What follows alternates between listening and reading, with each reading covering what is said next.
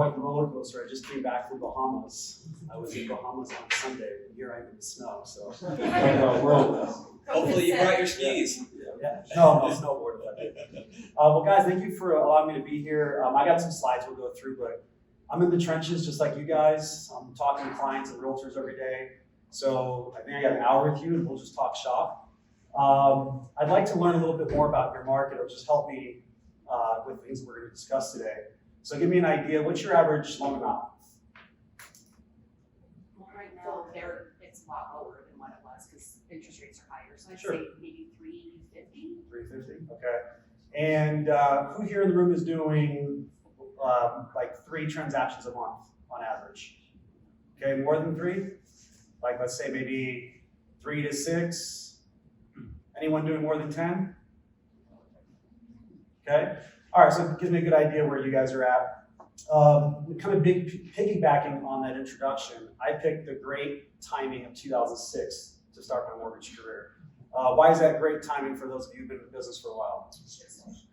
Recession. And I think the market today reminds me a little bit about my start back in 2006. So today I'm going to talk about the market, how I see it today, and where I think the opportunities are.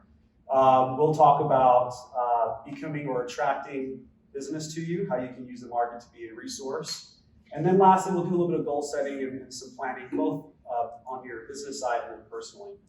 But to give you an idea of where my perspective comes from, when I got in 2006, I had just come off of working for AOL Time Warner, which was basically a call center stint inside a Fortune 500 company. And it was a great foundation for me to go into mortgage because I ended up getting laid off along with 400 other employees.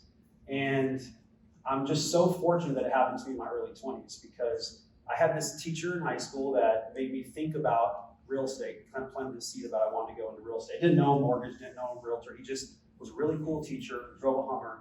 And I was like, this guy doesn't seem stressed at all. And one day I was my senior year, I got to become the teacher's aide where you just grade papers and bring him coffee. And he was like, why'd you pick me? And I said, you just seem like you really like to teach. You do it because you teach. And he goes, well, I have 16 houses. I teach because I want to, not because I have to. And so, well, how do you do that? And he told me his story about, he was a bartender and bought one house turned into 2, and fast forward, he had 16. And so at 17 years old, I'm like, I'm going to go into real estate. I'm going to buy one house is going to turn into 2, so forth and so on. So I get the job I need to survive, which is working in a call center, which is absolutely awful. Anyone worked in a call center? So my job was talking to 50 people a day who said, shut up, don't talk anymore, and you had to keep 6 out of every 10 people to retain their service when they were calling to cancel. The best foundation, though, to go into this sales industry because I got really good at rejection. I got really good at talking to all different types of people. It didn't matter if you were an attorney in New York or if you were a country in Arkansas. We could talk. And then, as life would have it, I get laid off along with 400 other people. At that point, I was just climbing the arc. I was a manager. Being a manager in a Fortune 500 company is not easy. There's metrics for everything, like literally you're going over your bathroom break. They know about it. They expect you to know your 20 employees if they're over on their bathroom breaks. But it happened perfectly. In my early 20s, I get laid off, and I'm like, oh, it's my chance to go into real estate. The real estate was pretty hot. Again, it's 2006. It hadn't blown up yet, right? So I get in there, and the office I worked for was a small broker office. And they're like, oh, you just missed it. It's like, it was on fire, but give it like 6 months, it's going to come back. And so 2007 rolls along, and I'm really thinking, the implodometer's out. You guys remember that? How many of you were in the business before the 08 crash? Hands up if you were in the business before the 08 crash. Okay, so we got a lot of people who relate. And so I'm thinking, man, I don't know if I made the right call for picking this as a career path. And one of my mentors said to me, put your head down, work hard, be the hardest worker that you see around you, and you'll be all right. You'll pick your head up in a couple of years, and money won't be an issue. And so it's just what I decided to do. And at the same time, I decided to go on a Hail Mary and max out a credit card with a coach, some guy that lived in Phoenix, which was 2 hours north of me. And he was going to help hold me accountable to these business goals that I'd set for myself. And that was, did that for about 2 years. And next thing you know, the 2008's full swing, the market's just upside down, and I'm busy. I'm doing 3 or 4 deals a month, and then 4 or 6 deals a month. And it just kept on growing. And I remember there was a point somewhere in the middle of that recession, because that thing lasted for a couple of years, where I remember actually having the fear of, when the market gets back to normal, I don't know if I'll be successful. It's just goes to show you how our minds get hardwired to always think like something horrible is going to happen or something bad's going to happen. But I just stuck to like principles that, which we'll talk about, making it a game that I could win on a daily basis and just trying to win the day. That led me into finding the core. Have any of you guys heard the core training? Yes. So the core has been great for me because, so this time I'm in my later 20s and it's $2,000 a month. First of all, it's $5,000 to go to a seminar, and then it's $2,000 a month if you want to sign up for these guys to basically analyze your business and tell you what you're doing right or wrong every day. And I didn't come from money, and so to me that was $5,000 was a lot to go somewhere. And then when I went to there, they're like, you should really sign up for this coaching. I'm like, $2,000 a month, that's crazy expensive. But I ended up deciding, you know what, I'll try it out, because what I learned at AOL was the best way to hold yourself accountable to achieve your goals. Number one, have it written down. And number two, have someone else hold you accountable. The best way to hold yourself accountable is have somebody else do it. And so I was like, okay, I'll try this out. And so fast forward, I've been on that journey now for over 10 years. And it really does give me a great vantage point, because not only do I do loans in Tucson, Arizona, which my average loan amounts hover around $200,000. So I love it when I'm in other markets and they're like, oh, it's lower, it's 400. I'm like, oh. I'm slanging single wides in Tucson to try to keep up and break 100 million in volume. Trying to do that. It's a lot of transactions you got to do. But it gives me great perspective of what's going on across the country. And what I learned is, it doesn't matter what market you're in, we all have the same macro challenges, right? We're trying to manage to grow our teams. We're trying to keep our referral partners and our customers happy. We have fierce competition. And the market will always go through changing seasons. Sometimes the season will last for a very long time. It will be good for a couple of years, and it's just a matter of acquisition and management of the team. And then I feel like the last year is a great example of how quickly it could turn. You could be working two completely different markets, and therefore you have to have two different strategies. So the first point I want to talk about is being a market maker. So I'm sure the last couple of years are probably pretty good for most of you in the room. Would you agree? Okay. What made it so good? Business just floating without having to do much. Okay, why did business float? Okay, rates being low were part of it, but the reason why is because marketing on a mass scale was done for us. And why do I say that? You had one customer who called you or walked into your office, and they were able to pull out $50,000 on a refinance on their house, and their payment still go down $100. And they work in an office with 30 other people that make within 10% of what they make. So what happens at their office? 3 more people call you and say, hey, I want you to help me out the same way you helped out Derrick. They turn on the news. What's the news saying? Rates are low. Rates are all-time lows. And so the marketing part of our business, what gets the phone to ring, was done. And it was done at a level that we've never seen before. So we worked our tails off the last couple of years. But I think that it really got us out of fighting shape.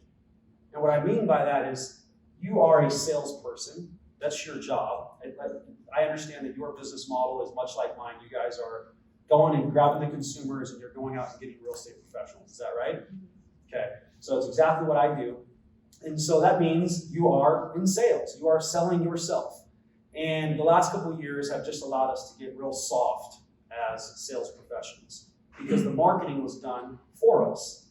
And so in terms of a market maker, do you guys have any idea? I'm in Tucson, and if I look at the amount of volume that flows through my city, during the busy season for me, which is spring and summer, we're knocking out, let's just call it 1,500 transactions through our multiple listing service. That doesn't take into account your physicals, your refis. That's just straight what the realtors are doing, about 1,500 a month. And during the slower season, our very cold, harsh winters of 68 degrees in Tucson, it drops down to somewhere around 1,000. So you'll see 30 to 50% drops when we're off season. What is your market like? How many transactions are flowing through the area of Salt Lake? Does anyone know? You should know that, because what's going on right now is you will believe whatever story your mind is telling you. And so if your mind is telling you the market's bad, it's tough, there's not a lot of business out there, whatever is the reason why you're not as productive as you were the last couple of years, you will believe that.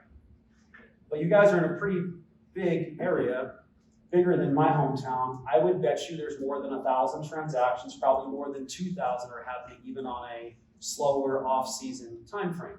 And for any of your careers and goals to be made, you probably only need to grab 3 or 5 or 10 of those. And so my point being is that there's enough business for each of you to go out and grab to be successful, to take care of whatever your financial goals are. But you need to feed yourself something else other than the contrast to the gravy train that we were riding the last 2 years. Yeah, we have to get back into fighting shape. So for me, the way I look at it is my business has consistently been about 400 transactions a year, regardless of whatever market it is. In the last couple of years, when it was really busy, we were doing 600, and it was great. And so when the market shifts and volume drops, the first thing I'm looking back at is, okay, where's the new benchmark? And it's funny because I even went back to 2000, that post-2008 era. I was talking to a business partner, and they're like, oh my gosh, and then just now I don't even know what's going to happen with more listings coming to the market, if that's going to cause home values to continue to crash. And it's like doubled. I'm like, oh, how much has doubled? Oh, there's like 3,000 listings available in our area. So I went back and I looked at homes that were on the market in 2008 and 9. There was like 9,000. So we've lost perspective that crazy gravy train that we were in was one of the busiest purchase markets ever. And so even when you hear things like, oh, it's down 20% from the best all-time ever. And why do I emphasize that? Because who do you think, generally speaking, will usually do more macro market research? Loan officers or realtors? In my experience as loan officers, just by default, you have to be more on top of your game. And I'm not throwing dirt at realtors because they're my business partner. I love them, and that's where my bread is buttered. But why, just as a sake of the trade, why do loan officers generally have to be more on their game? So that we can kind of control the narrative of where it's going and how to have them coach their clients. Yeah, number one, we're a resource for those professionals, right? That's a professional salesperson, aka the realtor, and we're a resource for them. And then on top of that, you have your clients are asking you questions. And in the world of loans, you make one misstep and the whole transaction blows up, right? As a real estate agent, once you get the emotion under control and you're in contract, you're good. You're just making sure that thing doesn't fall apart based on usually something that the loan officer does. Their client goes and buys a Cadillac before closing, right? So I think that we have that responsibility to make sure that we're on top of what's going on in the market. So that's the first opportunity I'll say for us in this room is to be a market maker in the form of how you're marketing your business and services. I believe the game that we're in right now, this year will be, I don't know when it will shift, but it'll be a story of completely different environments. To win the game right now, you need to master 2 words. It's affordability and stability, and we'll talk about those. The second half of the year, or later on this year, it's going to be a little bit of what we saw in 21 and the beginning of 22, where we're going to get right back into being in an ultra-competitive environment and teaching our realtors and our clients how to compete in an ultra-competitive environment. Now, why do I say that we need to look at affordability and stability? Let's take that first word, affordability. Going back to the market, let's talk about your clients that got 3% interest rates. That rate was great. What was the benefit of a 3% rate? How does that benefit the client? They can afford more. Really, it comes down to monthly payment, right? So a 3% interest rate just gave clients a more affordable monthly payment. It made them very excited about buying the bigger house or pulling cash out of their house. The miss for affordability is that it's a double-sided coin. And what I see a lot of loan officers and realtors not discussing is the flip side of that coin, which is to buy a house, there's 2 checks that you're writing. There's the check that you write to get into the house, and then there's the monthly payment. So the market worked for us. They sold half that coin. What did they sell? The monthly payment. Everyone knew the monthly payments are low. I can pay less than rent. I can pull cash out. The payments are going to be low. That was a megaphone that you didn't have to pay for. Mass marketing made your phone ring. But what no one talked about, let's go back and analyze. Let's change the way we think about the market. Now, I'm in Utah today. I was just hanging out with the top 100 at my company from all over the country, and I'm going to go back home to Tucson tonight. And I would bet that you can relate that this was your market. Tell me if you saw any of this. For a buyer to compete in that 3% area, did they have to go above list price? Yes. Okay. Did they have to forego asking for repairs? Yes. Okay. Did they have to waive appraisals? Yes. Oh, strange, here too. Okay. In the event that the house didn't appraise, they have to write checks to fill in the gap. Yes. Okay. Did they have to pay their own closing costs? Yes. Okay, around $6,000 to $10,000. Yep. Okay, so let's just think about that for a moment. So a buyer who is saying they're really losing out today because their payment is $300 or $400 more has no conception that if they bought a year ago when all their friends and family bought, cost them an average of 20 or 30 grand more, right? Pull out your calculators. Let's do some math really quick.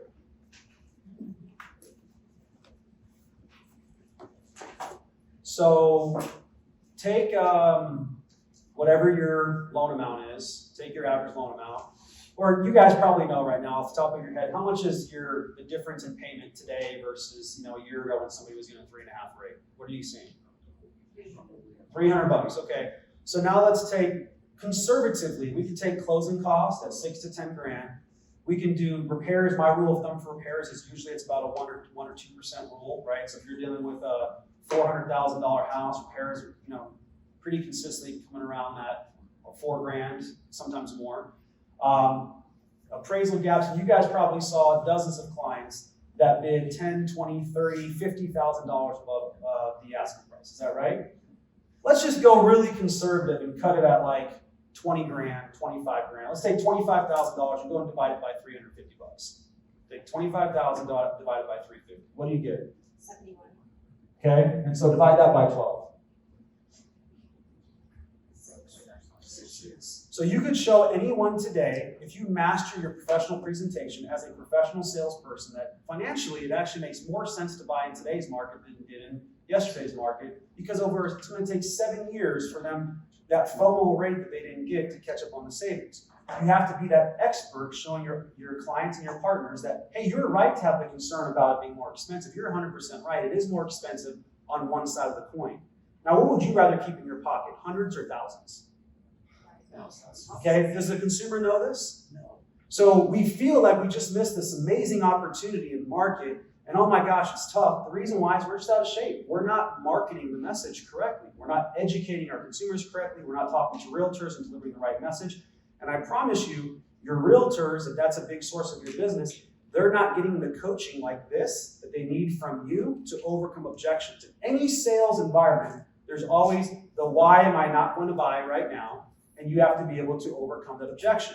Now, let's talk about good for the consumer. Is that good for the consumer to save them $25,000 in getting into a house? It is the right message, but many consumers have interacted with you in the last 12 months or have interacted with your agents and have decided, I'm going to wait until it's mainstream news that rates are sub 5%. I'm going to come back in the market then. I'm going to compete. And I'm going to have to write a $20,000 higher check to get into the house. Is that good for the consumer? No, it's not a good price. And what we do know, easy math, is that we are going to continue to be plagued in our industry with one major problem for a long time, regardless of what rates are. What is the issue that we cannot solve overnight?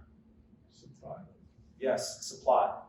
So there is, in my office, we do training all the time. We do an hour every Wednesday, and we're talking about hot topics. But one of the things that we use is kind of like a toolbox, or maybe I call it the junk drawer. We got that drawer in our kitchen that we all throw stuff in. So our junk drawer is our professional presentation. So every time that we're interfacing with a client, we go over, what do you want to talk about today? We go over the 2 checks you're going to write, and then we incorporate the flavor that is relevant at that time. So a year or so ago, the flavor was, it's really competitive. You may not get the first house. It's okay. It's normally you're going to write 10 offers. We had to coach them to not get buyer fatigue. We had to coach them on what appraisal gaps were. In this market, we're having to coach them about affordability. So when a client's like, I don't really know if I should buy. I'm waiting until rates get, back to 3%. We proactively address that. And that's our spot that we can always plug and play, unplug things that are no longer relevant, plug in the things that are. that are. I would encourage you guys to raise your hand. Do you have a consistent flow that you do with every single client? If you don't, this is a great opportunity to add to your business, to think about what are the points I want to make that every client hears from me. And if you're not doing it, I promise you, you're losing on more business than you can even measure. Let's get out of our own head and go into a completely different industry, because I think it's really easy to see from the outside looking in versus the forest of the trees when you're stuck in the business and the market shifts so quickly. Let's take a restaurant analogy. Say that we're all independent restaurant owners, and we're trying to grow our revenue, and so there's a couple different problems we have with losing clientele. So what issue is a bigger problem? It's busy, you figured out the marketing, it's buzzing, and you have an hour wait. So you have clients that go up to the door, customers that go to the door and say, how long's the wait? And they say an hour and say, we're running across the street. That's one place of attrition. Or the other place of attrition, which is clients are sitting down at the table, they're ordering food, the cook is preparing food, it's sitting on the counter now ready to get delivered to the table, and the customer says, oh, this is taking too long, they get up and leave. What scenario is worse? Second one. Why is it worse?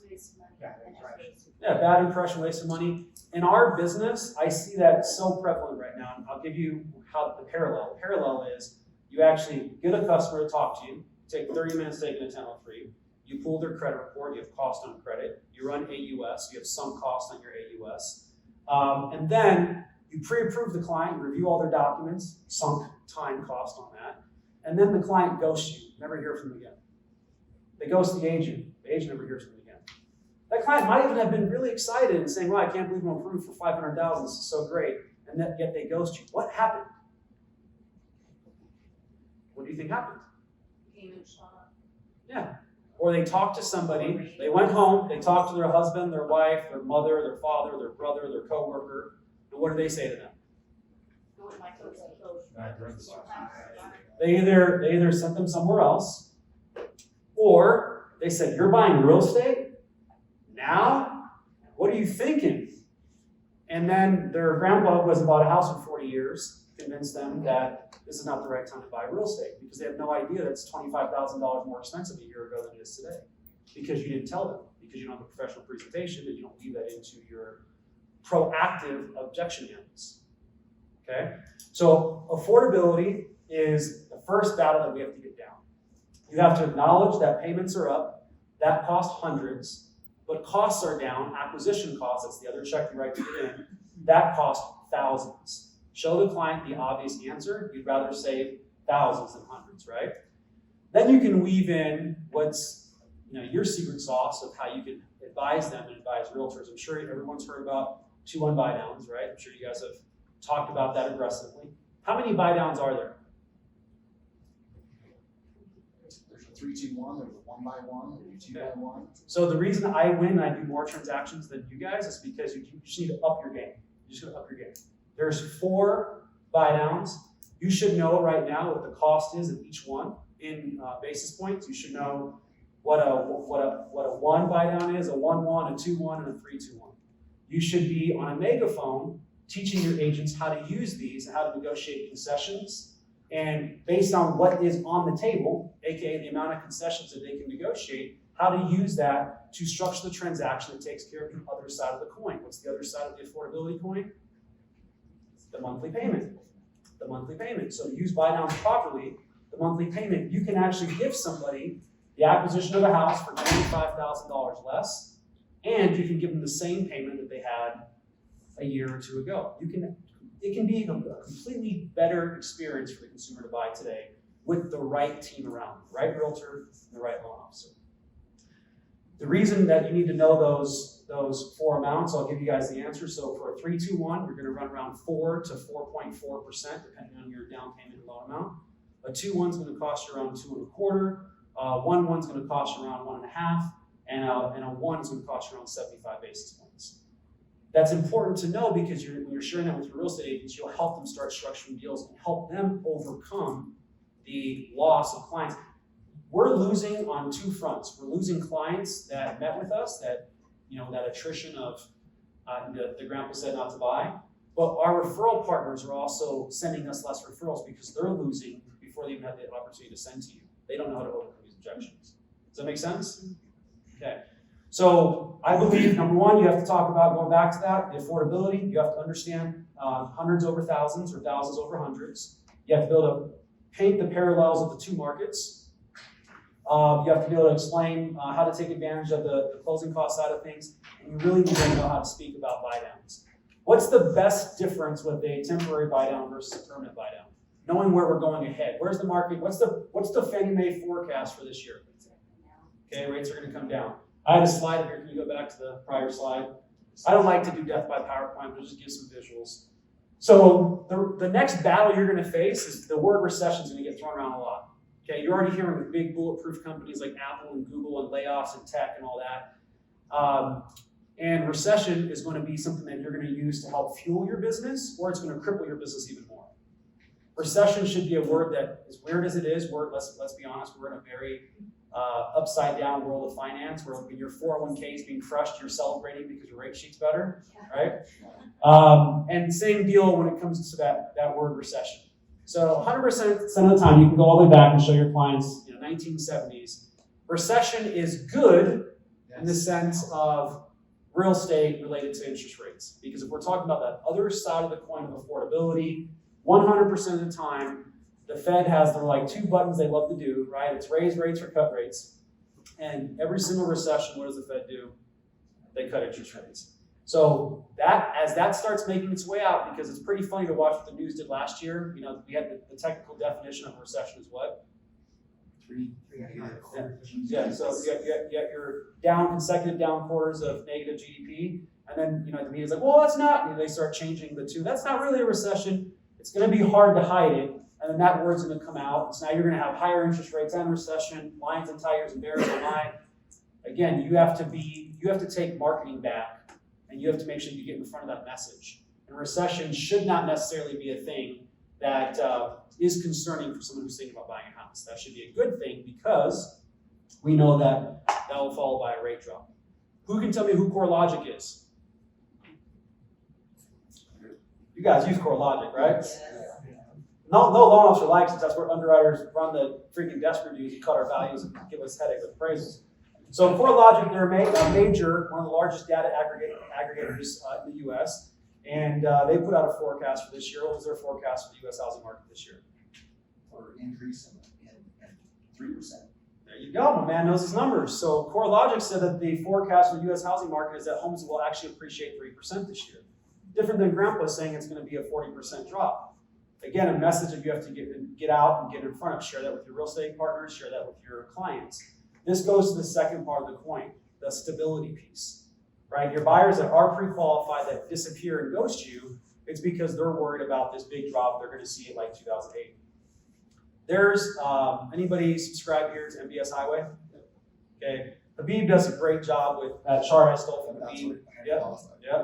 He does a great job giving you material that you can just share with your real estate partners or even with your clients. There's a couple charts. If you could decimate the wrong information in the market with 4 charts that you can get off MBS Highway. I just showed you one for recessions. But no one has a crystal ball, and I could be the guy that came and spoke to you, and you're like, that guy was horribly wrong.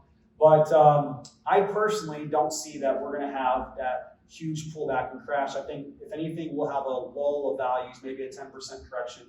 And when you think about it relative to what's happened in the last few years, in my market, people have gained 50% on their home in like a 3-year period. It's absolutely insanity, right? And so when I think about, okay, even if we had a little bit of a pullback, what will likely happen is we'll end up getting flatline. No different than the way that when you're talking about trading, you have floors and ceilings of support.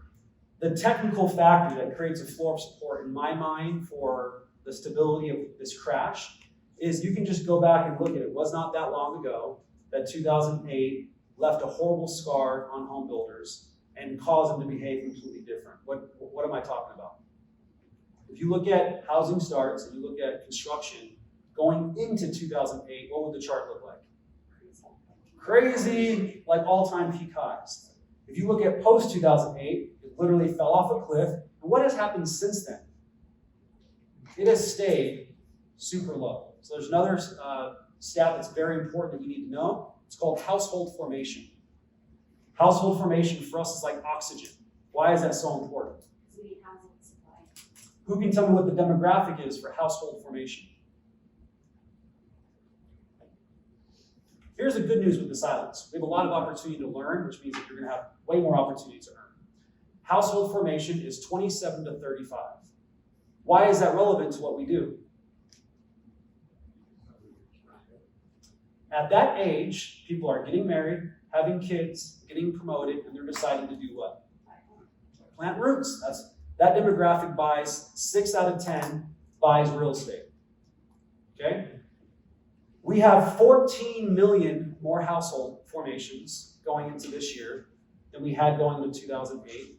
And we have 3 million fewer homes available. So you can show this to a first-time home buyer. You can crush the idea that value is going to drop by 40% by just giving them basic supply and demand economics, which everyone understands, right? So when you talk about the other side of the coin, stability, what I'm saying is you need to make sure people are not getting up and leaving your restaurant after you have all that sunk cost. Real dollars of credit reports and AUS, but also your time of reviewing documents, doing their 1003, giving the realtor an update, and then losing that client when you start all over again. If you don't win on that front, if you don't change the flow of your business, you're going to be working a lot more and making a lot less because of just the attrition, the loss. And every business has it, right? In restaurants, it's the loss of food, and in retail, it's shoplifting. Our business right now, one of the biggest sources of attrition and loss for us is we are out of fighting shape. We don't know what's going on with the market. We don't know how to articulate it. And we're letting newspapers and magazines and headlines that love to print fear and have been predicting a housing crash for 12 years just completely eviscerate your business. Okay, so make sure I cover points on here. These are all things, so rates, I gave you the bullet points on rates, and rates are up, but obviously the trend is they're likely going down. Temporary buy downs are the play for today because not only do you get to bring them back to that payment from a year or two ago, but what happens when you negotiate a $20,000 credit and rates drop 6 months later?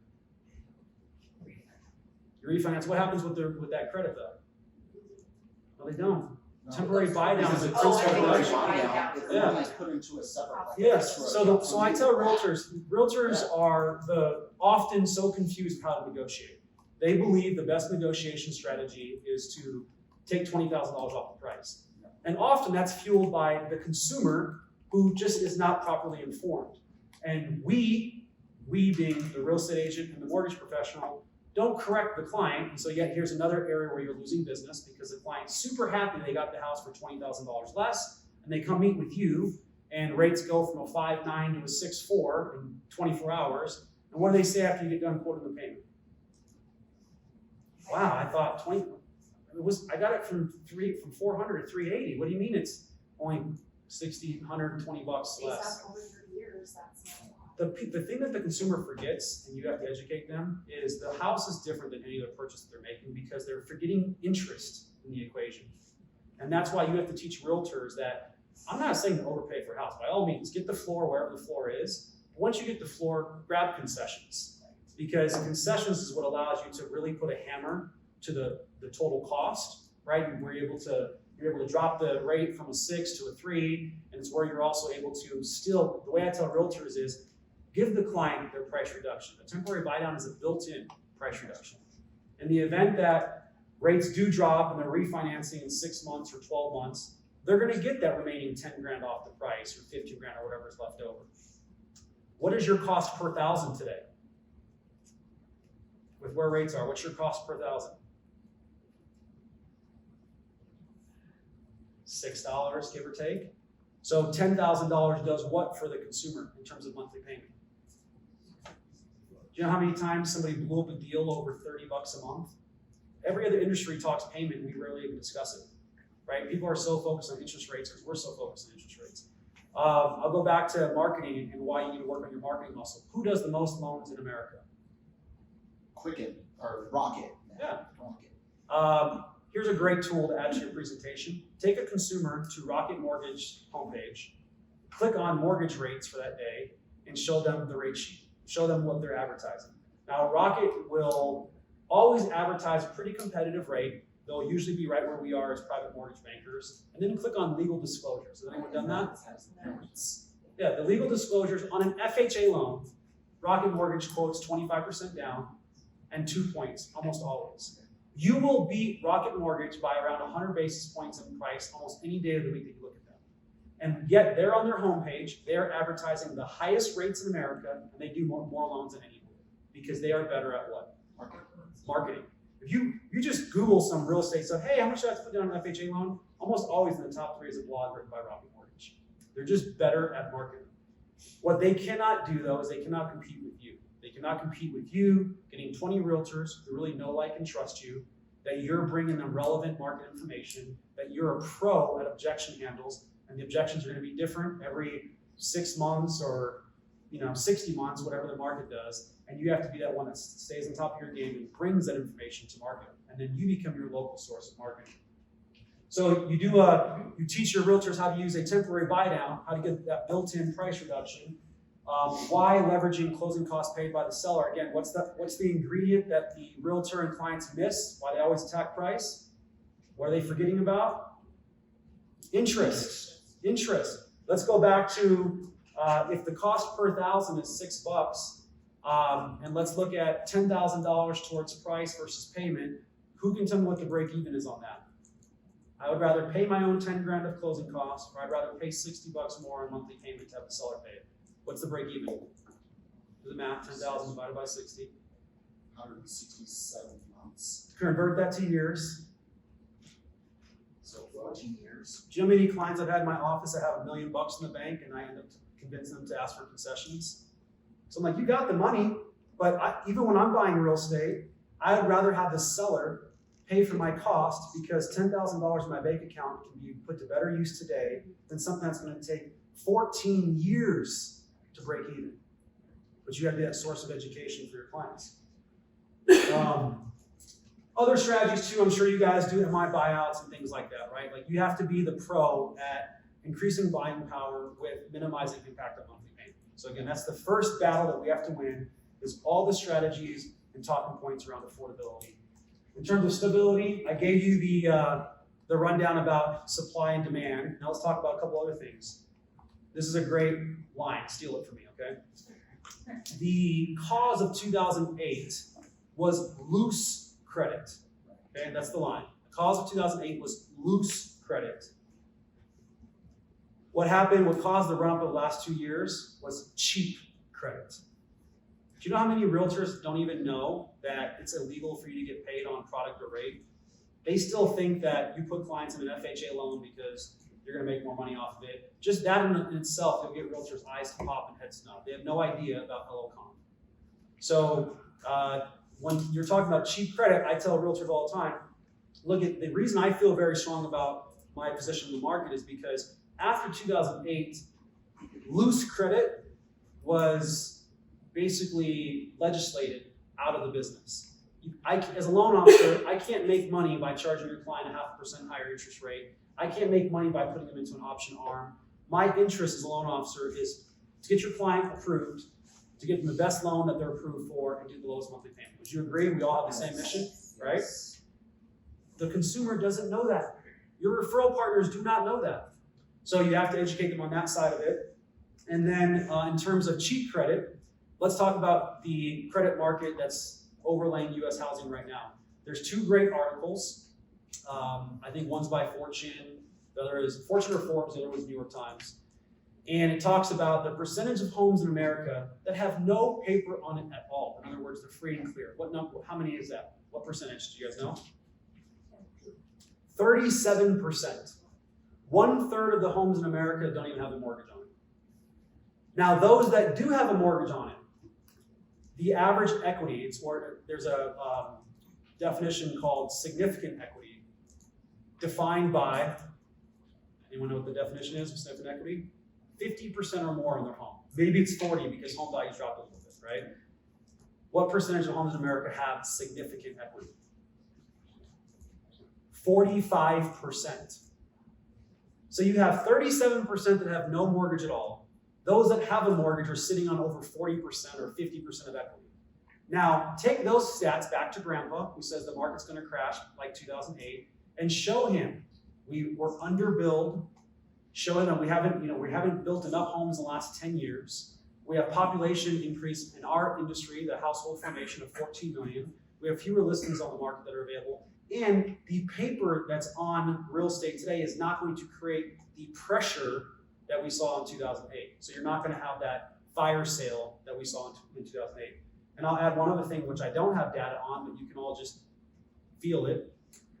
We all did lots of loans the last 2 years, right? And we all gave pretty good rates, right? What do you think is going to happen to those clients that got 3, 3.25, 2.75 rates on those houses? What's going to happen? Are they going to bring those homes to market? So you're going to have even more of a squeeze on the supply side, right? Of just people that they have such good debt position, they're keeping that in their family forever. They're going to turn that into a rental. It's not going to come onto the market. So again, the objection, whether it's coming from dad, mom, coworker, grandpa, grandma, there's somebody out there who has life experience, which they're not wrong. Their life experience, they probably lost a house in 2008. They came on really hard financial times. They mean well and they're protecting their loved one. They're protecting their friends by giving them information. But from a data standpoint, they're wrong on so many fronts. And we're not armed with the information, the education to prepare our business partners. Or when a client's sitting in front of you, excited but yet terrified about, should I really be spending 400 grand? And you're giving them nothing to leave that meeting saying, I like her or him, and I'm glad that we did this because I feel really good about the decision now. We're just winging it to chance that they're gonna call us back in 3 months with a house under contract. Okay. This is an actual email that I put together that I sent to real estate agents. So our job, I look at my job in terms of the getting back in fighting shape, is going back to being that market maker. We only need our 3 deals, our 5 deals, or 10 deals to be okay financially. So how do we get those? You break up your business into whatever that game is where you consider winning the day. Has anyone read the book 4 Disciplines of Execution? No? I'll summarize the book for you, but you should read it. It's good. There's 4 points in the book. Number 1 is you establish they call it your WIG, your wildly important goal. Other books call it your BHAG. Some people just call it your priorities. Okay, so you establish whatever you like, that 1 or 2 things like you want to get done. Then you establish your lead measures. So lead measures are the leading indicators of lagging results. If I want to lose 10 pounds, I don't focus on the 10 pounds. I might focus on, give me 2 things, prescribe me 2 things that I can do on a daily basis that would have a guaranteed 10-pound loss. We want to Low calories. so lower calories, more exercise. Let's define that further. Maybe if I'm normally eating 2,500 calories a day, maybe I cut it down to 2,000 calories, and maybe I work out 5 days a week for an hour where I'm burning at least 500 calories during workout. If I did those 2 things for 2 or 3 months, would I be guaranteed results? Your business is exactly the same. Wherever you're at right now, if you want to grow it, you can literally take whatever your watermark is. Maybe you're only working 4 hours a day, you move it to 8. Maybe you're working 8 hours a day, but you can't really measure your productivity. You're a salesperson, so what do you think should be one of the lead measures of salespeople? More contact. That's it. So you should, the way I think about the market is if the market gets 20% worse, I just need to increase my contact by 20%. It's really that simple, right? So if you're making 5 outbound calls a day, go to 6. If you're making 10, go to 12, and figure out what the output needs to be. But then let's not forget the intention behind why you do phone calls. I think a lot of loan officers will just, hey, I called 10 realtors today. That's great. What did you talk about? What did you say when they said, hey, it's really tough out there. I just got buyers that can't get off the fence. Did you even know how to counter that? You just said, yeah, I'm seeing that a lot. And so you're just commiserating, right? So you want to be again, the first point is be that market maker. You have to understand what it is that you're going after, how many calls you got to make, how you're going to attract realtors or clients to you where they can become better educated, informed, and taken care of. And so we set our goal, right? It might be I want to do 5 deals a month. And then what's my lead measure? I'm going to do 20 outbound calls a day or 10 outbound calls a day, or it might be 10 talk tos a day. It's not just calls. I'm going to have 10 good conversations. Then you create a compelling scoreboard.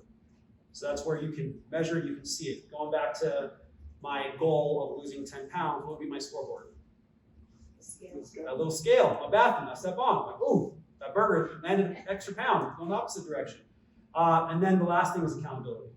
So, why I've stayed in coaching for so long is because it forces me to turn in data, and it forces me to benchmark myself against my peers. And so it disrupts my thought process when I start buying into the big bad market, or it's okay, or I'm really doing good, and then someone's doing really, really good, and I realize, wow, I need to step it up. So those are 4 ingredients that you should implement into your business today. Take it with you through this market, any market going forward, is always have those 1 or 2 things that you're looking at adding in. Have your lead measures, so what are the 1 or 2 leading activities that will give you the lagging result that you desire. Track it, and have someone hold you accountable. Have a peer in the office where you guys make a bet, put a dollar amount on it or something embarrassing tied to it. Sometimes you make too much money, so you have to do embarrassing things. You have to sing on Facebook or something, and you'll do that. That's your recipe for 4 disciplines of execution. And for me, my goal is to really make sure that I am like the Pied Piper in terms of the song that realtors need to hear, that they're following, that they can follow the right message from an entrenched professional, and that my referral partners are not getting discouraged and just waiting for the market to return, because that'll be bad for all of us. Okay, so let's actually talk about how you can set up your own game. Do you guys know your lead to funding metrics? Okay, you said yes. What's yours? 32%. 32%. That's really good. Anyone have higher than 32%? So lead to funding, that means the moment that you bring in a lead to when it actually turns into a paycheck, that's your lead to funding metric. If you guys don't know what it is, I think that you should all go off of 20% as your number. I've looked all over the US for years and years. That's probably a pretty good benchmark, is 20%. So write down right now what you would like to close in a month. And if you don't have pen or paper, then just grab your phone. You can do it on your calculator on your phone real quick. So what is your goal for closings per month? Anyone want to share? Well, I'll just use one example. We could do it. We could work off of one of your businesses as a model. Like as far as like volume? Yeah, how many loans would you like to fund a month? I would like to close at least 5 loans a month. Okay, so we're gonna go 5 loans a month. So start with 5, so you put 5 in your calculator, and then you're gonna divide 5 by your lead to funding metric. So if 5 is your number, divide that by 0.2, and what do you get? 25? So here's the game. If you don't wanna work 7 days a week, which you shouldn't, the game is you basically need to get 1 lead a day, right? If you take weekends off, you got 20, 22 working days in a month. So if you have to get 25 leads, your rally cry is 1 lead a day. Now, for 1 lead a day, divide that by 0.1.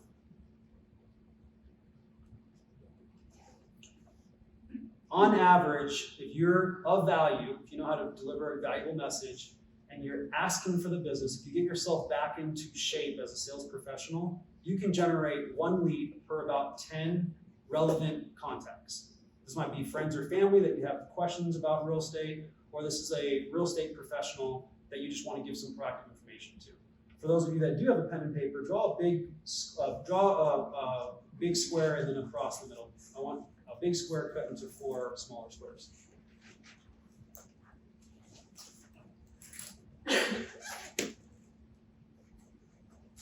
So this is a good tactic for when you're trying to up your outbound sales, your value of thinking about, like, it's a framework that I often work with to think about, what am I going to say when I'm calling a business partner? And I stole this from my buddy in Washington, who's an absolute monster.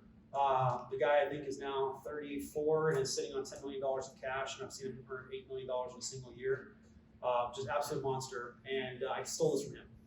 So, by the way, he's just a loan officer. That's all he does. He just does like 100 loans a month. Now he's doing like 30, but his name's Ole Koch. You guys can look him up. He's a monster. But I love his analogy for this, is that you have to be like an account executive for your business partners. Like, you guys, old school mortgage brokering where you had the different companies coming into your office and they're like, hey, we got this product. And it's funny that the account executive would come visit our office, they'd always leave with a loan or two because they were just relevant, top of mind, and they brought something of value. That's what we have to do for our business partners. So in this box, your first box is to talk about current business. So this would be an actual transaction. So right, current business. Your next box is going to be old leads current leads, hot leads. So talk about current business, or you're talking about leads. I might want to look for a reason to call Kathy, and I haven't talked to Kathy in 3 months, and I'm going to go, let me look at the last time she sent me a lead. The lead was from 4 months ago. That's the last time Kathy and I ever spoke. And so I'm going to either call that lead first to check in to see if that lead is still interested, and then I'll call Kathy. Hey, have you heard from Derrick? I just tried him again. This is the 18th message I left for him. Do you know if he's still interested? What does that show Kathy that I'm calling her about a lead that she gave me 4 months ago? Number one, I'm organized, because most realtors don't even remember the leads that they had 2 months ago. So I'm organized. I'm helping them. I'm an asset to their business, right? And I'm showing her I'm also persistent. I'm going to protect her paycheck, right? So you want to talk about current leads, or current business leads, again, hot, old, or cold. And then you're going to talk about the third box is going to be a market or product update. So right now, I've just given you guys a lot of what? Market updates. Talk about the market a lot. This is the drum I've been pounding for the last, 4 months, okay? And then the last one would be inviting you to something.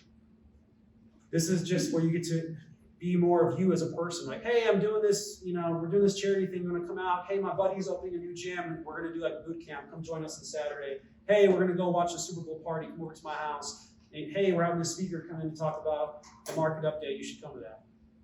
Every week, like Monday, you should think about where is this box most relevant, and your game should be to have as much contact as you can possibly have with referring partners in one of those 4 boxes where it's relevant, where people start looking at your phone call and they want to take it. Because I'm thinking this way in terms of how do we overcome the market getting tougher and harder, one of the things that I added, and not just outbound phone calls, are you guys familiar with slide broadcast? And has anyone used that? Slide broadcast drops right to voicemail. A lot of people hate it because it's used inauthentically. People were using it as like, oh, hey, sorry I missed you, blah, blah, blah, blah, and they would do like some broadcast sales message. I've been doing that. I started doing it last year when the market got like really weird and upside down, just when like relevant stuff would come out, and now it became so popular that now I do it on a weekly basis, sometimes twice a week, where I'm dropping 2,000s of real estate agents. I'm dropping in their phone like, hey, it's Derrick. It's usually 1 minute long. Like 30-year fixed rate today is blank. This is what's going on. This is why rates are up, why they're down, whatever. And that's it. It's just a forecast of where rates are and like some little market update. That's an example of us getting back to that fighting shape of marketing. And looking at time, I'm just going to close out on marketing, and I'll take some Q&A. Your license is good where? Are you licensed in just Salt Lake? No. Okay, how many realtors do you think are here? Thousands, right? How many of you do some consistent outbound marketing? Like you send at least like an email a week or something. Raise your hand if you do consistent outbound marketing. Okay, again, you're a room of salespeople. Okay, you should have consistent outbound marketing every single week. How much does email cost? And if you do email really good and you want to have analytics on it, it might cost you $150 a month to send out to 1,000 people. Your goal should be that every realtor in this city knows who you are. They should know your name. They can choose whether or not they're going to do business with you. You can choose who fits in your tribe, but every realtor should know your name. And every realtor should think, what about you? That you're professional, that you're a knowledgeable expert, and they seek you out to get your thoughts and guidance on the market. So bringing all of this back together, I think that for buyers, it's a better time to buy than it was a couple years ago. I think buyers get the homes that they want. I think they save thousands of dollars getting in. And I think when they're working with the right professional team, they will save both sides of the coin if they structure the deal the right way. I think that for us, we have to recognize that we're out of shape of what we do as a professional. Our job is not to sell interest rates. Our job is to help people get into homes, and we have to be really good at how we structure deals in order to do so. And I think that a lot of us do not have a plan, nor do we revise our plan when the market shifts.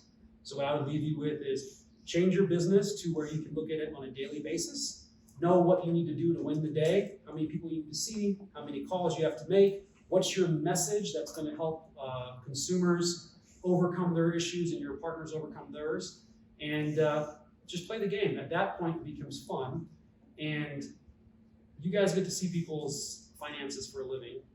How many clients do you have that like legitimately make over 150 grand a year? Do Do you guys see that often? More than 200? It's absolutely insane that in our world, you could do 4 or 5 deals a month. You can make 250, 300 grand a year. And even when the whole world was shut down, we were busier than ever. And now that a little headwind gets in our way, how many people have just stuck their head in the sand and have been afraid? So I think this is the time that you like tie up your shoes and we go to work. With that, that's my hour, so I'll take any of your questions. I have a question. Yeah. Hey, so on your slide broadcast that you did this, where you did that market update and all that stuff, what kind of response are you getting back? The response was, so slide broadcast, we have people on Zoom. So slide broadcast, what's the response? Because now you're doing it twice a week. Yeah, so if I went from doing it like once every 2 months to twice a week, what do you think the response was? Significant. Yeah, so I want to give you, when I first started really getting consistent about marketing, like I didn't do emails, I didn't do a newsletter. The only thing I really did was make a few phone calls and take girls out for coffee and lunch or whatnot. When I got really serious, what I would find happening is I got serious about sending out more emails, and I would get like 3 unsubscribes, and I would go, oh my gosh, like Judy Smith just told me to unsubscribe, and this guy just like cursed me out. He's having really, and it bothered me, like it really bothered me. And one of my friends said, you're playing the game the wrong way. If you're worried about 3 unsubscribes and that's where your focus is going, let me flip the switch for you. Figure out how instead to get 30 unsubscribes. I was like, because your license is good in the whole state. And for all of us, again, guys, I coach people that are netting $1 million a year in, it's a realtor ticket, let's hear your sales skills. That are netting, we're talking netting $1 million+ a year. And what's so crazy to me is how simple the business model is. Like you literally just need like 20 good realtors that do a decent amount of business and send you clients. And like, that's how you make $1 million a year in this business. Have like 20 realtors that you're in a really good relationship that consistently do business. I'm telling you, I see this from California to Maine. It works all over the US. It's not rocket science. And you just have to be that source of information and outreach. And if you're doing that, you're gonna get the angry people that just woke up and they're in a bad mood and they're gonna curse you out, and they're gonna unsubscribe you. Great, they just filtered out that they're not part of your 20. Who would want to work with somebody who gets offended by an industry relevant email? Like that's just crazy. But you want to make sure that, again, you're industry relevant. So I think slide broadcast, to be direct, is one of the best things I've added to marketing in years. Like here, I'll show you. I think I actually did. Oh, this is one I did. I did this yesterday when I got to the hotel. I'll play this one for you guys. Can you just Google how to do it? I don't even know how to do it. So what I do is I have this iPhone, which is amazing because all the technology you have right here. And there's a thing called Memo. I'm sure you guys have all used the Memo on your iPhone, right? This was my message at 1:37 yesterday. And the 30-year fixed mortgage rate is coming in an average of 6.39%. You heard that right. Rates are actually up. We saw a 5 handle come out after the Fed meeting on Thursday and Friday. Rates were down. And so what exactly happened? Why are rates up? How do you explain to clients? I think the 2 things to clarify is, again, get your customers away from thinking that the federal funds rate affects mortgages. There's definitely correlation and connection. The mortgages are driven by market reaction and how mortgage-backed securities trade. So what is the market reacting to? Well, You guys know what happened. Those are 1 minute, minute and a half. And Do you just email you? How did you text it to so them? I heard about slide broadcast, much like you guys did. I have an assistant that's been with me for 10 years. And I said, Anna, there's this thing called slide broadcast. Figure out how to make it work. And I want it to go out to lots of realtors. And so that's what I do. I just send her a memo and then she gets it out. And over time, here's what I promise you, when you start really, if there's a couple like low-hanging takeaways, be on video. Like I'll do at least a video a week. I never watch my videos. I feel like when I say a vowel, like someone just hit me in the face with a shovel, like I don't know, I just hate watching video, but I do it because I heard that's where you have to be in marketing. You cannot put out enough information because people are drowning in content because they're glued to their cell phones have replaced television with the 3 or 4 hours a day of television. It's now the cell phone. They're just going through their scroll. So you just got to put out information, do at least a video a week. When I did that a couple years ago, I would get 1 like, no comments ever. But you know what would start happening when I'm in meetings like this with real estate professionals? Guess what I would start hearing? I've seen you. I love your video. Oh, I sent that video to a friend. Hey, that video actually helped me get a buyer off the fence. I'm like, oh.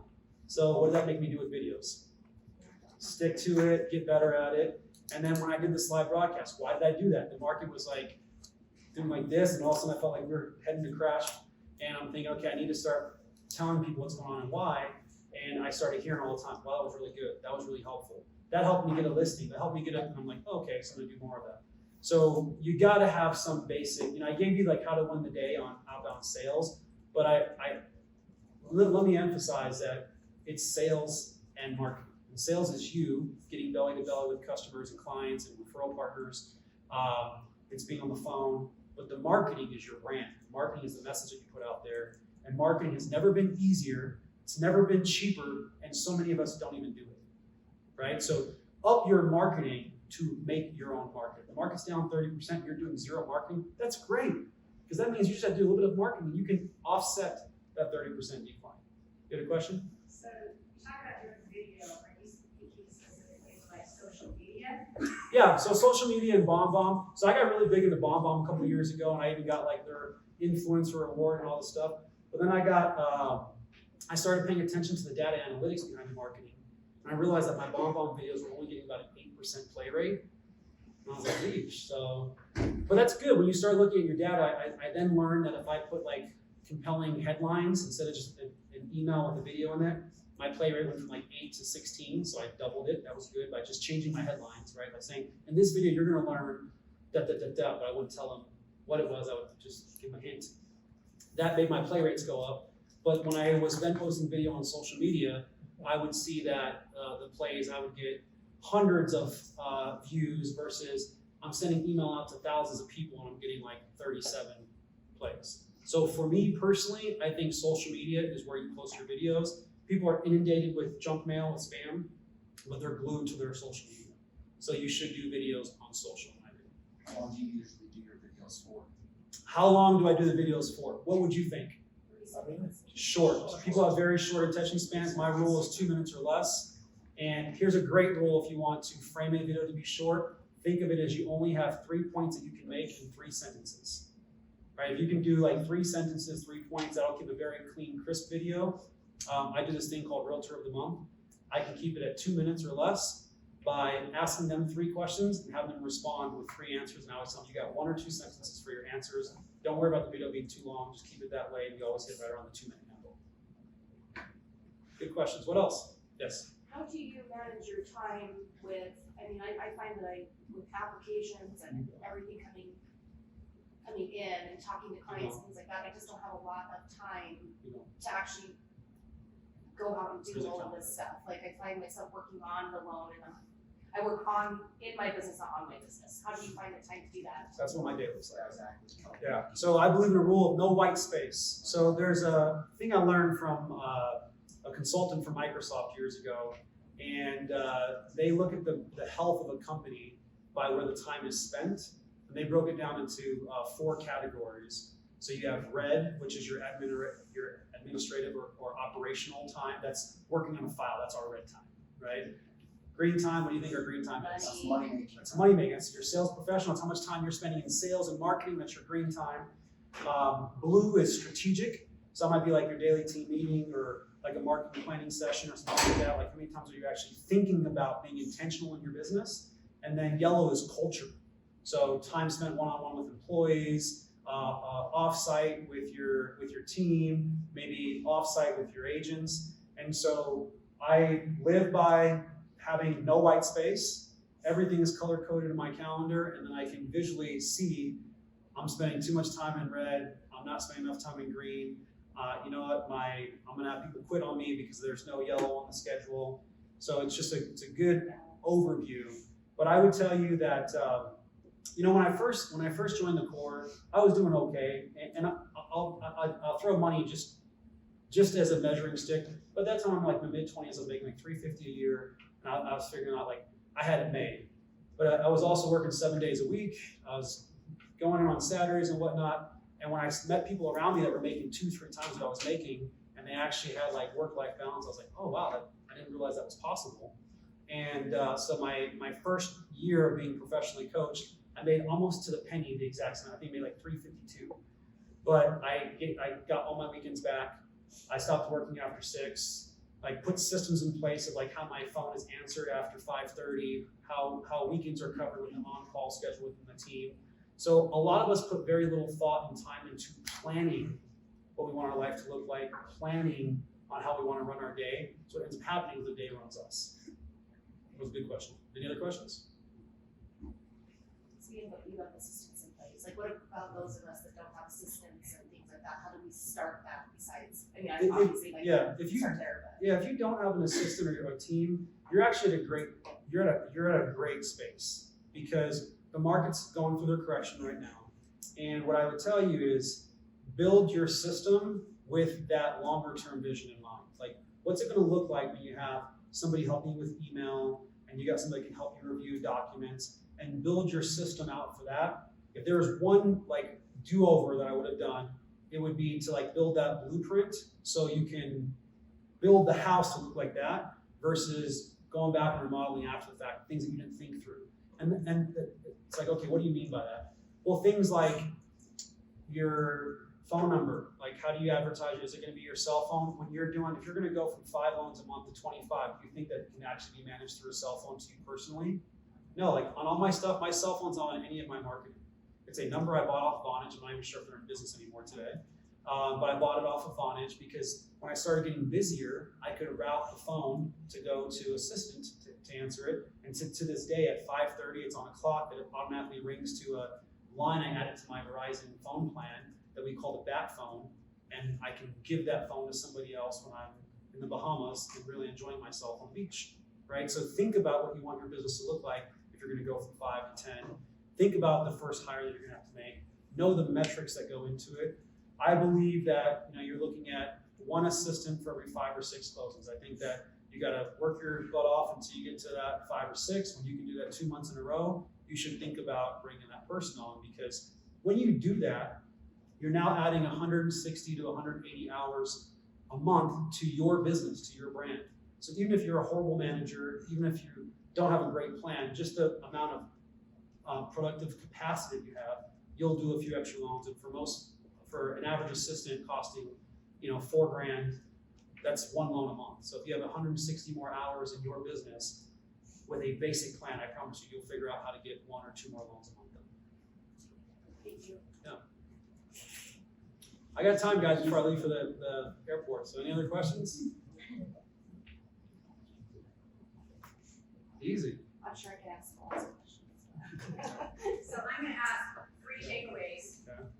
So be thinking until I get up to the front of the room, because I did this to you guys, I think, last week. We did have a few. If I could get you guys to think about what you are going to take from this meeting and implement into your business plan. I could, if we want to go 10 minutes, I can do one other exercise with you guys. If you guys want to spend 10 minutes. Yeah, give you a little more time to think on that. Let's do it. This will help you with that. Okay, so I skipped over it because I got on my soapbox about marketing. So let's go back a few slides. This will give us a good idea of, when we're talking about planning. Okay. So has anyone seen this? You guys seen this? It might be in there. This is a great thing to do. This is like for those of us, well, we're all in real estate, so this is like a life appraisal, okay? And I saw a quote once that said, most of us spend more time planning for the weekend than we do for our life, and that always really stuck with me. And so this is a great way to make sure that that doesn't happen to you. So go to the next slide. So if you have a piece of paper, you can just number it 1 to 7, and I want you to think about, in each of these areas, think about the frustrating thing that comes to your mind right now. So like with work, it might be, I'm just really annoyed by getting rate shopped, or it could be lack of leads, or it could be, I don't have enough referral partners, or I don't call any realtors, or whatever it is. What's that frustration that you're having with work right now? Think about that.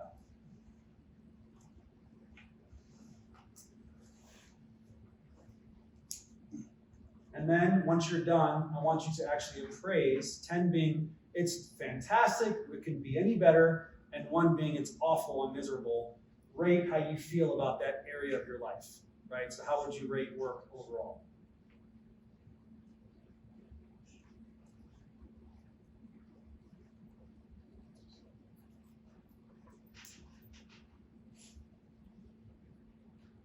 Okay, next one, money. Are you still saving every single month? Are you frustrated you have debt that you need to pay off? Maybe you're frustrated that you got eviscerated 20% last year, so forth and so on. What's a money frustration that you have?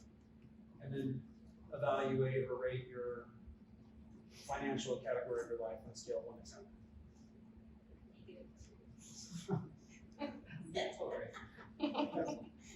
Love life, are you working so hard you're not making time for date nights? Do you need to find someone to date? So forth and so on, and rate that on a scale of 1 to 10.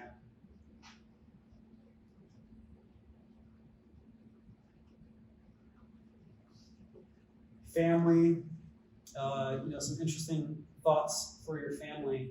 If you have parents that are, upper 60s, maybe even the 70s, even beyond that, look at it like, okay, average life expectancy, they're gonna be around another 10 years. But then you think about how much you actually see them. A lot of us see our parents during the holidays, maybe 1 or 2 other times a year. So you start thinking of it like, I might only see my mom or dad I got 10 more Christmases with them if I'm basing it on just averages. And it makes you behave differently when you think about it differently. Right? I don't see my parents enough. I don't see my brothers and sisters enough, whatever the case is. Spirituality, whatever that means for you, whether it's yoga, whether it's Jesus, whatever your spiritual center is.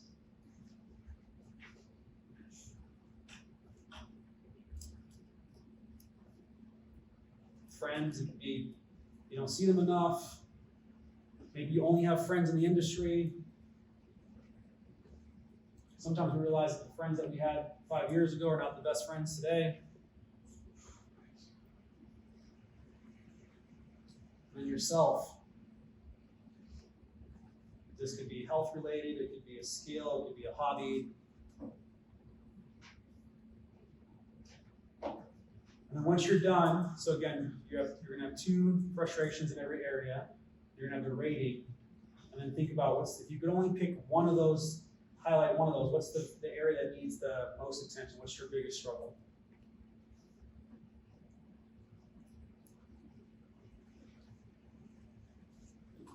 You go back a slide. Then you can actually visually map it out. And so when I do this, what I see is a lot of times I've had flat tires, I've had ninja stars. It just shows you the obvious once you graph it of where you need more attention. And the good news about that is usually the first half of this, when I do this, I'm like, wow, I feel pretty crappy. I got a lot of work I got to do. But go forward 2 slides. The nice thing about this is we can go back to making the plan. So now think about for work, maybe one of those frustrations that you had in work is, hey, I don't have enough realtors referring me business. So one of your focuses on work might be, I'm going to call 5 new realtors every single Monday. Make this part, in order to change the outcome that you just evaluated, you have to be very specific. It has to be very clear and measurable. You can't say, call more realtors. They can't say, I'm going to get more clients. You got to be very, very specific about it. Like, I'm going to call 5 realtors on Monday. I'm going to do a home buyer workshop the first Saturday of every month. I'm going to commit to doing 2 videos a week on my Facebook. Whatever it is, it has to be very, very measurable.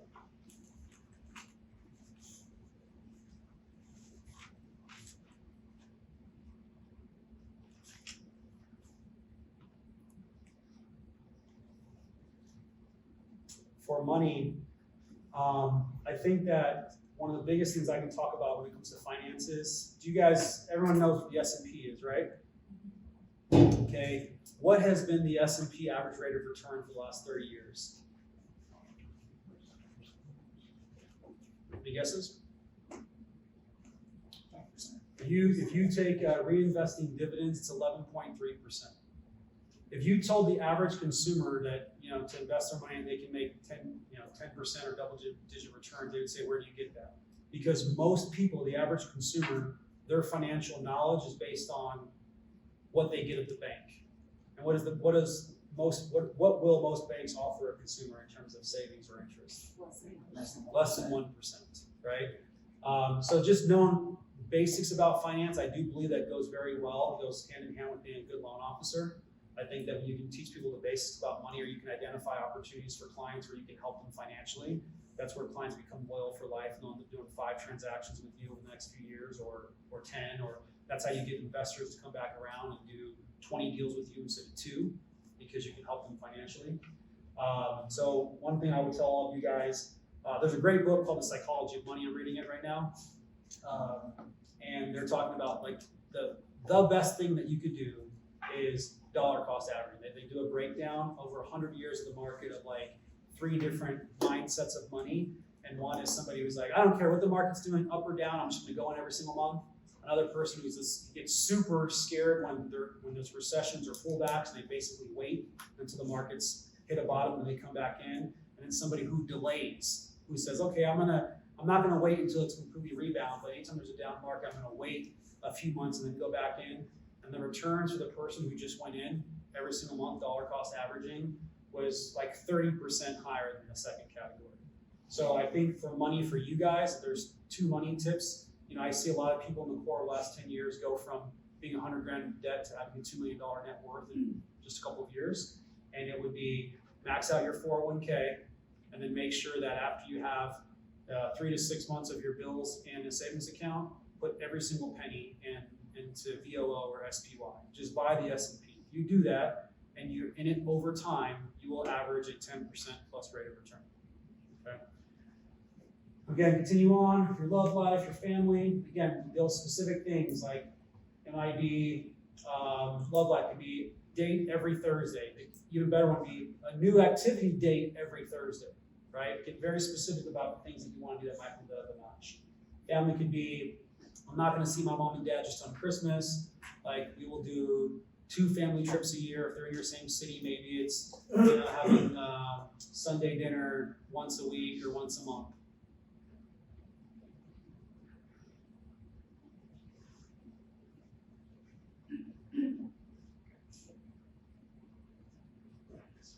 Now, with this, what I've done over the years, so I do this twice a year. I do this every May. I do it every November.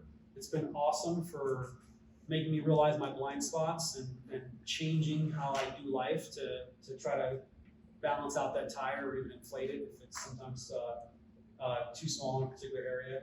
And then when I'm done with this, I literally just take a picture of it and I save it right in my notes on my iPhone app. And so it's just one of those things I'm looking at, traveling or whatnot, I'm bored, I'll look at it and kind of check in with myself of, how am I doing? How am I measuring against whatever that thing that I said I was going to do? So now everyone should have 14 takeaways.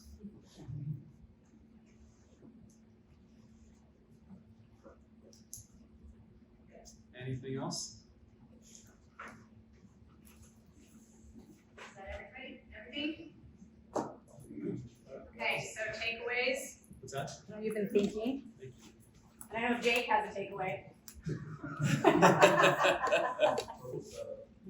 I think for me, a lot of this, there's not a takeaway, but just flipping the script on the perception, right? Like, and then also being the trusted advisor on all that, really. But I think one of the things that stood out on what you're talking about, the main things, I didn't go back through and reread who moved my cheese, right? Because that's kind of what's going on in the market. We're so used to it being so easy, and where did it go? It didn't really go anywhere. We just changed our habits and our patterns. So that's kind of the takeaways from me. Yeah, I think, some part of it's, I'm sure, just room participation, but from what I saw, there's a lot of opportunity with marketing. So I go back to that. Like, you saw what the last couple of years did for us is it showed us how good the business can be with marketing done right. So just tinker with whatever that means for you and figure out how to get your marketing message out there, where through any market, you can pull on those levers and find out how to get your 3 or your 5 or your 13 or whatever it is that number is for you. But for most of us, myself included, there's always things that you can do to be more effective with your messaging. You should measure how many followers you have on social, how many eyeballs you have on your videos, how many emails that you're sending out, how many open rates are on your emails. and you should cast the widest net that you possibly can, because it's gonna take you no extra time or energy to do that, to email 100 people or to 10,000 people, right? Anyone else? Yeah, I'll do one. I think my biggest takeaway was being the market expert. I know with clients, with new leads that I talk to, I already have conversations about how this market is different and how much money you are saving compared to the market 6 months or a year ago. And I have those conversations with my agents as well. But we're just having those conversations between each other or between leads we already have. Whereas we need to spread that message further to bring in substantially more leads. You know, and I'll tell you, it's relevant too. So the stuff I've been talking about, the affordability and stability, I've been banging that drum since probably last October. And buy downs I've been talking about since October. And so I made this like Excel spreadsheet buy down calculator, and I mass emailed it to thousands of agents, right? And then lo and behold, like a month goes by, not a single contract comes in with buy downs. I'm feeling like I did my job, right? I marketed the message, I put it out there. And so then I said, okay, that's not working. So then I started calling realtors and going, hey, do you know, I'm sure you've heard about the buy down. Oh yeah, I've heard about a buy down. And then I go, how much does it cost? Why do I ask that direct question? Because then I'm forcing the conversation to actually happen versus just like brush me off. And when you can poke a hole into a realtor's knowledge and therefore they demonstrate that they don't know, you're gonna open them up. Then they're gonna be relevant, they're gonna be open to hearing what you have to say. And when you can ask realtors basic questions like, I love being in a room like this full of realtors, and I'll make them on the count of 3 shout out. Like, what's the VA minimum credit score? Say 1, 2, 3, and they'll all shout it out. What do you think I hear? A half a dozen different answers. I just proved to them that I'm relevant being here, and that they should, they should participate and pay attention, because that person who's been selling real estate for 20 years, they thought the credit score was a 640. I just made them realize the amount of money that they cost themselves for 20 years of not being the expert, right? So I think that going back to like being that expert and being that person that can not just put out the information, but go back around and check that your partners really understand it, that's what's going to make them cement to you. And so I went back around now calling off this distribution list of thousands of people being like, hey, Derrick, I just want to follow up. I sent you an email. I'm realizing now after talking with so-and-so yesterday that I need to walk through how to really see and understand it. Do you have a few minutes? And I mean, I can share with you guys story after story of doing that, having conversations that lasted a half hour or an hour, and then like 2 weeks go by. Like one girl, I got 2 rescue loans in contract right now that came from a call like that 2 weeks ago, and she introduced me to her mother, who's also a realtor. They're both named Marcella, 2 realtors, both named Marcella, and they both had rescue loans. She's like, yeah, I told my mom you spend an hour with me going over that, and that we should give you a try, and then boom, 2 deals for both of them. So I think there's a huge opportunity to charge out there with what's going on in the market and the affordability side, as I mentioned earlier. Anyone else want to share takeaways? You're more likely to stick if you share it. I've got 4 pages of takeaways. Let's hear your favorite one. I really like, I try to time block that. I'm really gonna make an effort to be better at sticking to that. Yeah, no white space at all. And then I have to agree with both of them as far as being a market professional. I love the professional presentation, like how we do that, because like he said, I am having conversations with my clients and having conversations with my agents. How do we flip that narrative?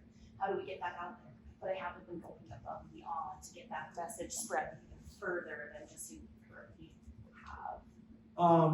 I'll tell you, realtors have to do CE if you're looking for like good tactics to get in front of realtors. Be the bagel bringer. I've done that many times. Right now, it's more relevant than ever because the market shifts and there's like rates are up, rates are down. It's so fast evolving. It takes 2 minutes of your time and you can be in front of 20 realtors or 50 realtors. So use the requirement of CE as a tool for you. So I would say social media videos, be a sponsor for breakfast. It's super inexpensive. Ask brokers, call brokers and say, hey, can I come into your sales office? Can I join your Zoom and give you market updates? I mean, you guys are a bigger city than mine, so I can promise you that there's hundreds of realtors that you guys can all market the same message, and there's plenty of business for all of you guys to get, your 20 realtors. But if there's one like metric I would leave this room with, it would be add 20 good producing realtors that you're consistently talking to that refer you. Just get to 20, that's your first charge. Get to 20, you'll be able to sustain any market. Any final takeaways? Well, I'll give one. I really appreciate your comments, Derrick. Thank you very much for coming and sharing with us. But to me, it's the mentality piece, right? Of when we think about last year and the market, and I shared this on 2 Mortgage Matters videos ago. When we think about last year in the market, I mean, you can all conjure up the thoughts that come in your own mind: awful, not that good, but et cetera, et cetera. But when you look at it, and I don't think the NBA's come out with their final statistics yet, but it's going to be a $2.24 trillion market last year, right? And in the last 12 years, that will probably be the 3rd largest mortgage market that we've had in the last 12 years, right? Yeah, to your point, when you hear about the pullback, like, the market's down 15%, 18%, that same data point that you're looking at, when you can look at the total amount of volume that's run through, zoom out and teach your realtors when they're hearing like, oh gosh, yeah, it's just business is slow and the market's down 20%. You're 20% off of an all-time high. Do you know that last year was still one of the busiest purchase markets that we've seen in years? Realtors wouldn't know that. And so that's why there's such a great opportunity for all of you in this room, is because there's so much people that are just like defeated. They're just defeated. So if you can be that lighthouse, if you can be that person that's putting out information and guiding clients and guiding partners, I'm telling you, you will attract, brokers will call you and ask you to come talk to their sales meeting. Yeah. Agents will call you and ask you to be that second set of eyes on a deal. Agents will call you to say, I have this buyer who I can't get off the fence. I really think they need to talk with you. But that's not going to happen until you do your prerequisite of putting out the information. Well, and I was just going to add to that. I mean, the mentality shift that needs to happen with each of us, right, is when the 3rd biggest market we've had in the last 12 years, it's not a bad market, right? And if we're waiting around for the market to change, or we're waiting for that, MBA saying 5.25 rate at the end of the year, you can, think what you want to think on that. If we're waiting for that refi boom to roll around, or we're waiting for market conditions to get better, I mean, we're in a good market, right? And it's that mentality shift of, okay, it's not 2020 and it's not 2021, but historically, this is the market we're in, and we need to, like, you're getting back to fighting shape of, all right, so if this is the normal market, okay, what do I need to do to survive and thrive in this normal market? Yeah, and so, if you went around telling realtors it's a good market, they probably roll their eyes at you, right? Like, yeah. But there's definitely a lot of opportunity in this market. And I think when you can have realtors leave, being able to convey to clients that they can save them 20, 30 grand buying a house, and that you can couple that with the buy down strategy and teach realtors how to really be valuable in negotiating, that's where it becomes good. Because there's a lot of realtors that they're just going to wait. There's a lot of your competition that's just going to wait. You don't have to be one of those. Good. Thank you. I appreciate Thanks, you guys. Thank you very much for allowing me to do this.